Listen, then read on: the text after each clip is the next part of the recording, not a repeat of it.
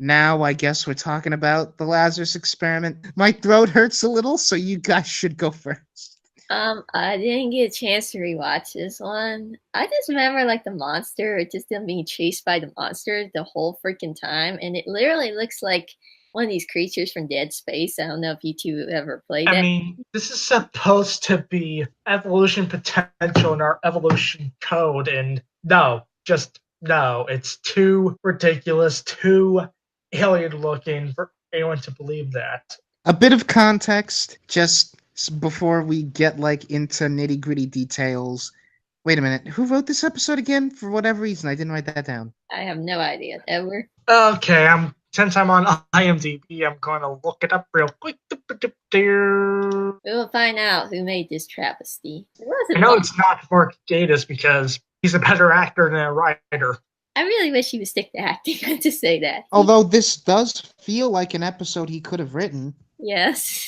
Stephen Greenhorn, Okay. who would later write The Doctor's Daughter. Ah, of course he would. I know you're mostly speaking in jest, Lucy, but I can't even call this one a tragedy. But to be fair, everything's going to look better after what we just watched. Cyberwoman was bad in all the ways that are entertaining to talk about. Yeah. And this is just really flat and Boring generic. bad. My problem with this episode, like I always had trouble like saying anything about it because it's like it's just boring bad. It's like you have a generic creature just basically chasing Doctor and Martha and switching back and forth, and the special effects just look god awful. I don't even think that the fidelity of the effects are bad. Like, for this show, it's not anything terrible. It's just the design of the creature. That thing's not gonna look any better a higher CGI budget. It's just the design is wrong. Yeah. I mean, CGI is cheap looking, but when you have bad design on top of it. To be completely fair, part of the appeal of this show to me is that, like, you can have episodes and creatures where, because it's such a big universe, things can pop up that don't feel like they always fit together, you know? This is a show where, aesthetically, not everything in it has to feel like it's of a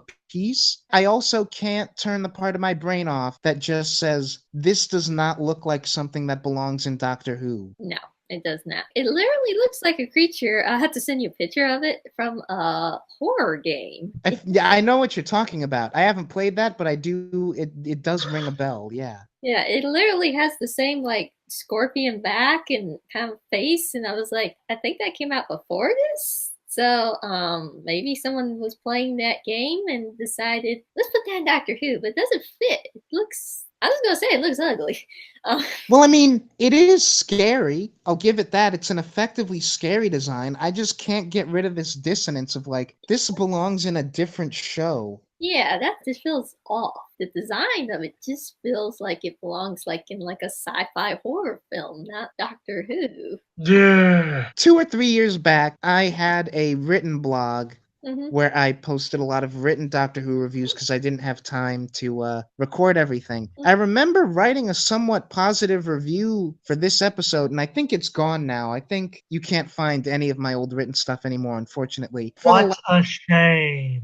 I like to read them. I like to see people's like before reactions and stuff. Like just saw something at first, and then when they actually thought about it, and you know what's the reaction down the road. Yeah, I wish I just had it here so that I could compare at least, because I can't for the life of me remember what I latched onto as a positive. Mm-hmm. Outside of maybe pacing. I will give this episode that it is paced pretty well. Which is an accomplishment for a single part 45-minute Doctor Who episode. This is not 45-minute syndrome. Yeah, this is not an episode that has the 45-minute syndrome problem. It feels like a lot goes on in this episode. And it manages to, you know, wrap everything up by the end. Part of that might be that this is a very plot and action-heavy episode and almost no theme or character growth. A lot happens in it, and I appreciate the way that the timing is managed, but there's not really any solid ideas to talk about. This is the episode where we finally close the book on the whole one more trip, Martha's just a passenger thing.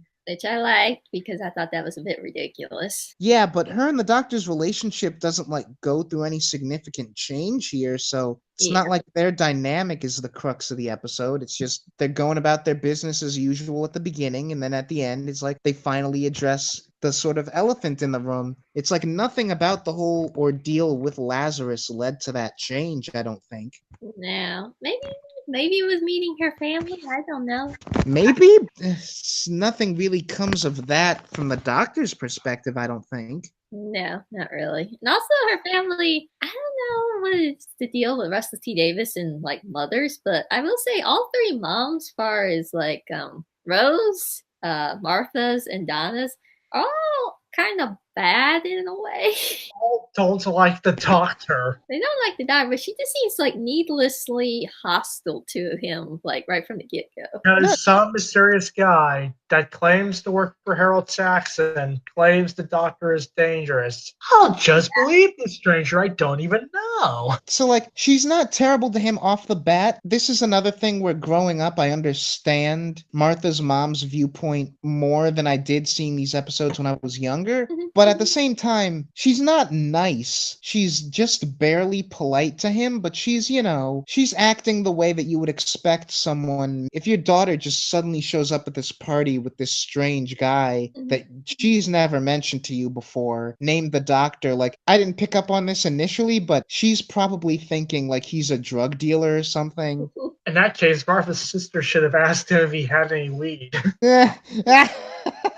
Yeah, that would have been funny. They should have put that in there some way, somehow. Just not flat out say weed, but just, just have like indication. So you're a doctor, huh?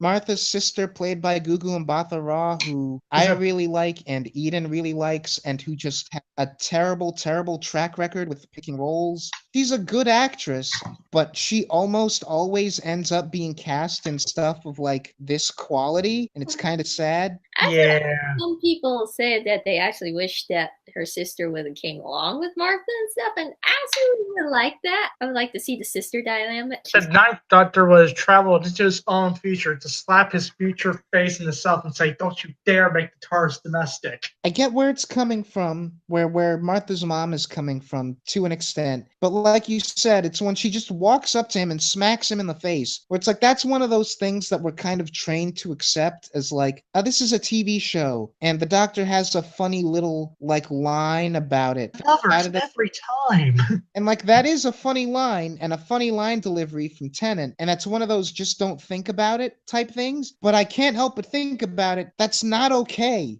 You can't just walk up to someone and smack them in the face. Unless they're a Nazi. Unless they're a Nazi. That's very important. Yes. Well, then you punch, but still. It just feels like a really, over dramatic reaction from her. Just in fairness, your daughter did just run back into the room with a giant scorpion monster because of that man, but I think we need more to go on for her to think that, this whole scorpion monster business is somehow your fault. And then he stays back to try to, save everybody from the monster and everything, and then she's like, leave him to die almost. She's like, don't go back there, Martha. Which again, that's something I can get behind, where it's like, that's my mom.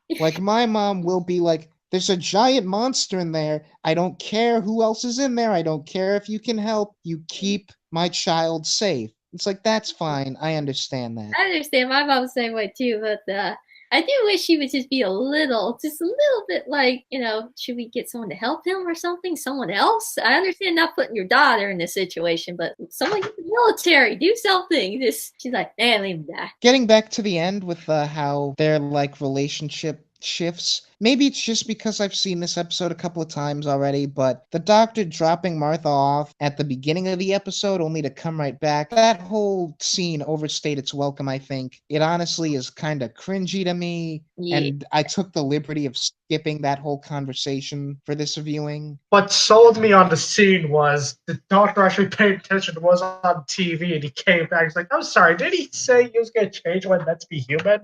It's like he just couldn't stay away. His curiosity got the better of him again. Yeah, I mainly don't like the scene just because it's like, oh, you're going to drop Martha off after all you've been through together and stuff. Really? I like that as a character beat. He sort of promised himself that he's not gonna do the long-term thing anymore. But then the thing on TV is just so fascinating he can't help it. I appreciate that. It's just that I think the whole scene goes on too long. It's the beginning of the episode. We know you're not really saying goodbye. If you are dropping Martha off, it's gonna be at the end, so don't do the whole long-winded goodbye thing. The audience already knows, like, you're not going to get rid of her, especially now. Like, if it's gonna happen, it's gonna happen at the end of the episode or finales. Which is that I really like the idea that the Doctor doesn't know what a science geek is. And then he thinks it's cool. He's like, yeah. It does give him a bit of an alien. This is supposed to be the guy that knows every Shakespeare play, but is still kind of bleh on social customs. Yeah, he's very carefully chosen the kinds of information that he retains, and he's been around for centuries, and he still doesn't know what this not even remotely recent Earth term is. I don't know, I just like that as a neat little tiny character thing, where it's like that's the type of guy the Doctor is. He can live and frequently visit Earth for centuries, but like just very common terminology is the type of stuff that he doesn't focus on. And like the only other big thing to really talk about as far as this episode goes, I think, is Lazarus himself as a character. Gaddis's performance does his characterization work. Like you said, Gaddis is a better actor than he is a writer, and that's true. Still, I don't know how much there is to this guy for him, though, because we do this thing where we keep seeding the church that he had hid himself in because he was a kid during World War II, and he goes back there at the end. I guess it's supposed to feel poignant. We need a draft or a couple of more drafts to really work out, like, what is this guy's deal? Like, he wants to survive. Because he wants to survive.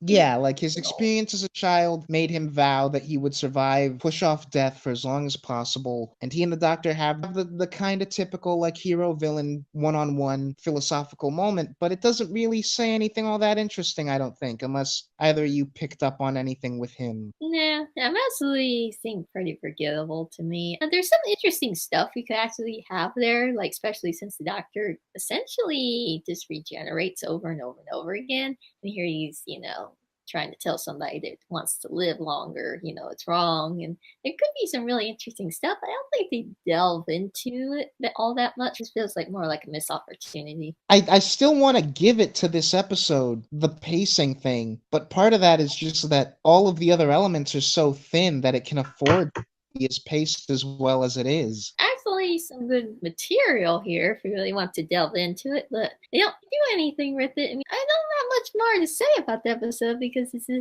feels a bit empty. I figured that we would breeze right through this one and get hung up on Cyberwoman, and that's what happened because, like, Cyberwoman is infinitely worse and also infinitely more interesting. Yes. I will say this, I've ever had something so bad it's entertainingly bad, then something just, okay. I'm dying. He's dying. Okay, we better wrap up. 2 bad episodes in a row is just too much. Until next time, see everybody later. See ya. Bye.